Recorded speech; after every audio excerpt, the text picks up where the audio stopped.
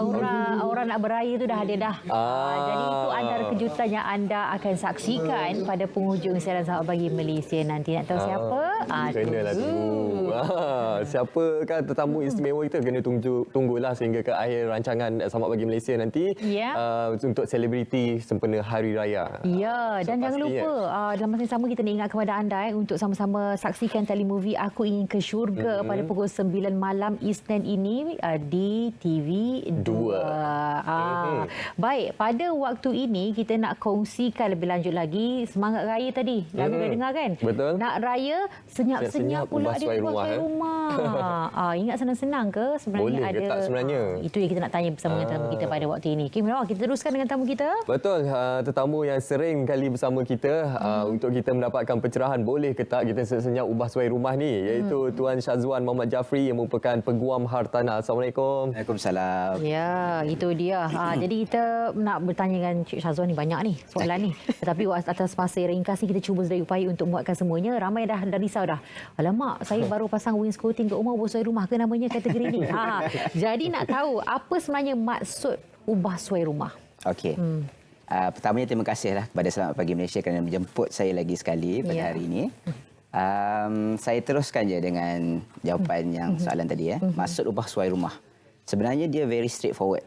Tak ada apa-apa yang tersirat. Maksud ubah suai rumah ni sebenarnya dia adalah penambahan, pembinaan, suatu pembinaan ataupun pengubahsuaian sesuatu struktur bangunan yang dah sedia ada. Itu je maksud dia, ubah suai rumah. So kalau kita ada ubah apa-apa pada rumah kita, itu dah kira ubah suai rumah lah. Okey. Dalam luar rumah ataupun macam mana sebenarnya? Dalam dan luar rumah. Dalam dan luar rumah. Ingatkan kat dalam boleh sorok-sorok tapi tak boleh.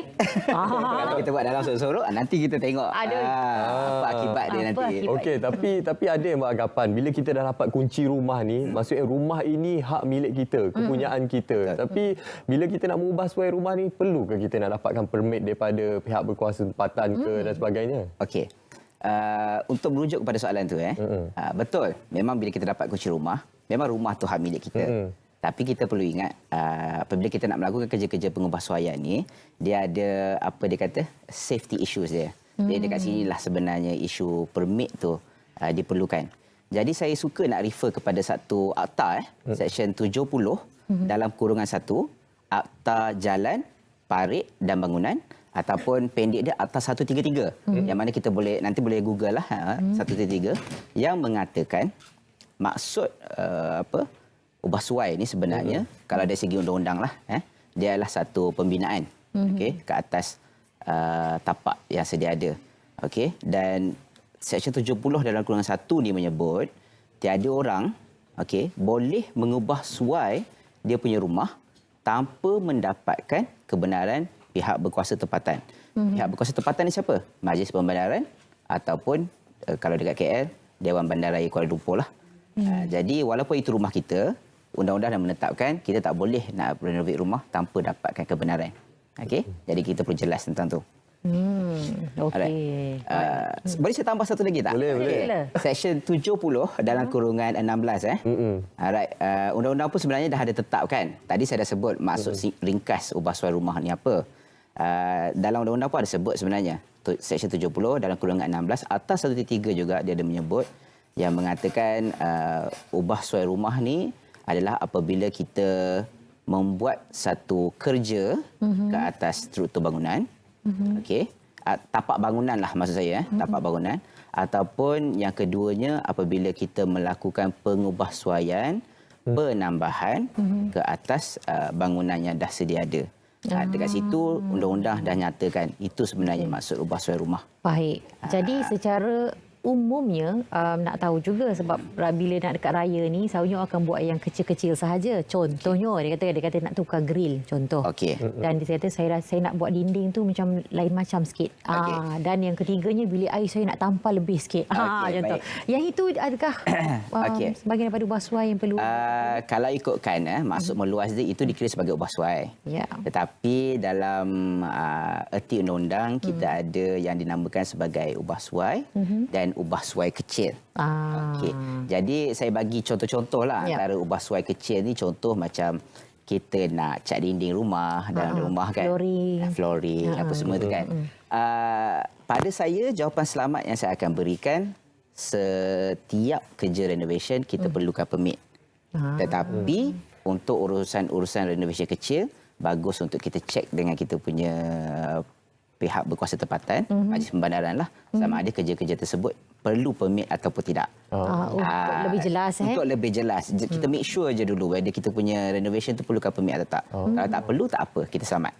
Kita tak perlu keluarkan kos tambahan. Okey. Apa yang penting di sini adalah perlu merujuk kepada pihak berkuasa tempatan terlebih dahululah, sama ada dibenarkan ataupun tidak untuk membuat pengubahsuaian. Jadi, bila kita bercakap berkenaan pengubahsuaian ni, ada dalam kalangan kita, alamak, tuan, saya dah terrenovate rumah, terubah suai rumah saya ni. Jadi bagaimana? Bagaimana apa sebenarnya antara implikasi ataupun kesan akibat melakukan pengubahsuaian tanpa permit ni? Baik, dalam undang-undang pun ada sebut sebenarnya. Seksyen 72 atau 133. Okey, yang mengatakan jika kita buat renovation tanpa dapat kebenaran bertulis, struktur yang kita dah bina tersebut, contoh macam kita extend dapur kita okey, untuk raya ni lah kan, dapur luas kan. Dapur tersebut boleh pihak berkuasa tempatan boleh keluarkan perintah untuk robohkan semula bangunan yang kita dah extend tersebut. Okey, selain daripada itu juga dia akan keluarkan juga satu perintah denda. Okey, yang mana denda ni terpulang kepada Majlis Pembandaran lah. Dia boleh pergi sehingga 10 kali ganda kos untuk kita submit kebenaran untuk dapatkan kebenaran pada peringkat awal tersebut.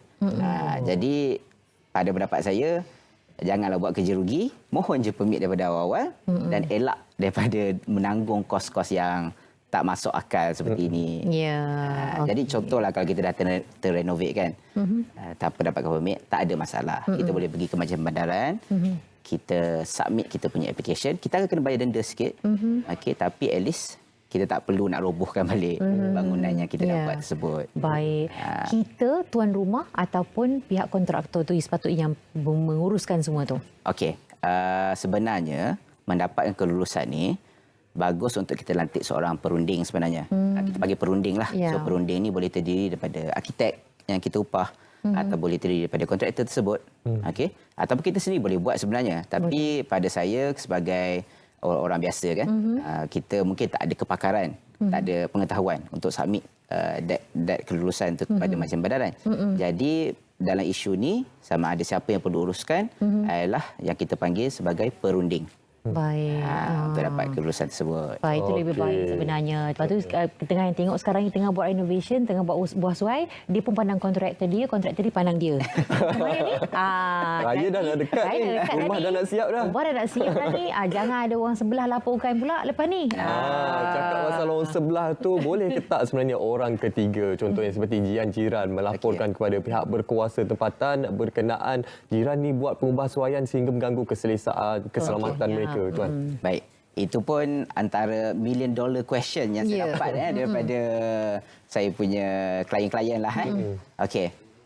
Bila saya dapat soalan macam ni, pertama sekali kita perlu tahu untuk renovate rumah ni sebenarnya, antara prosesnya adalah kita perlu dapatkan persetujuan daripada jiran kita sebenarnya. Jadi borang lah kita perlu isi.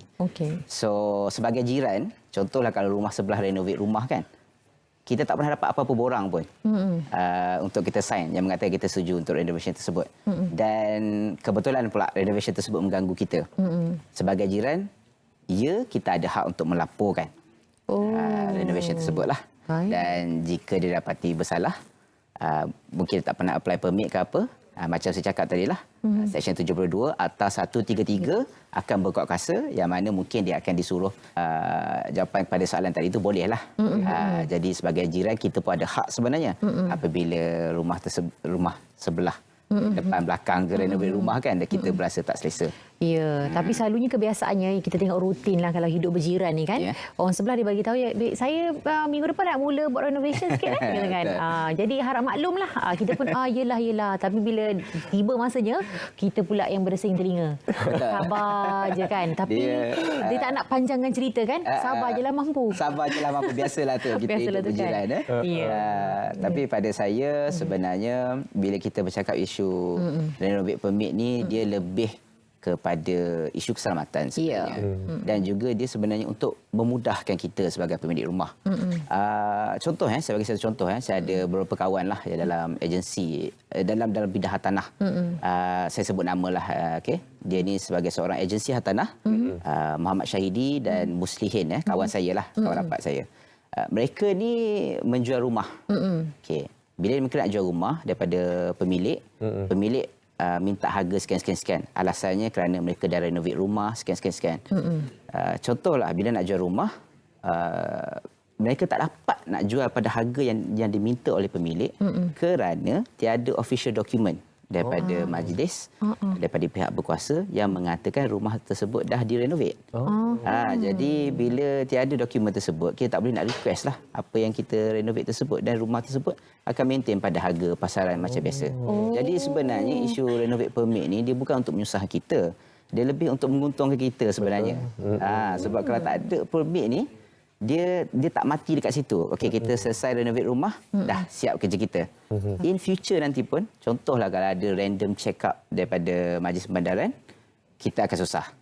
Ataupun nanti anak-anak cucu kita nak jual rumah pun akan susah juga. Akan rugi juga sebab kita tak ada permit.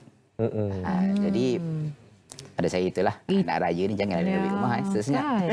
Betapa pentingnya keperluan untuk kita ada permit tu sebenarnya. Bukan untuk sekarang saja tapi untuk masa depan. Yalah, kita dah belanja sampai puluhan ribu, ratusan ribu, tiba-tiba kena roboh pula struktur binaan kita tu. Jadi apa yang penting adalah mendapat permit ataupun kelulusan daripada pihak berkuasa tempatan. Jadi terima kasih kita ucapkan kepada tetamu kita, Tuan Syazwan Muhammad Jafri yang merupakan Peguam Hartanah untuk perkongsian pada hari ini. Nak raya senyap-senyap ubah suai rumah. Terima kasih. Terima kasih banyak. Terima kasih. Okey, dan diharapkan anda telah mendapat input dan cuba aplikasikanlah dalam kehidupan anda mulai pada hari ini juga. Dan yang belum dapat permit itu segera lakukannya supaya anda tidak kerugian di masa hadapan.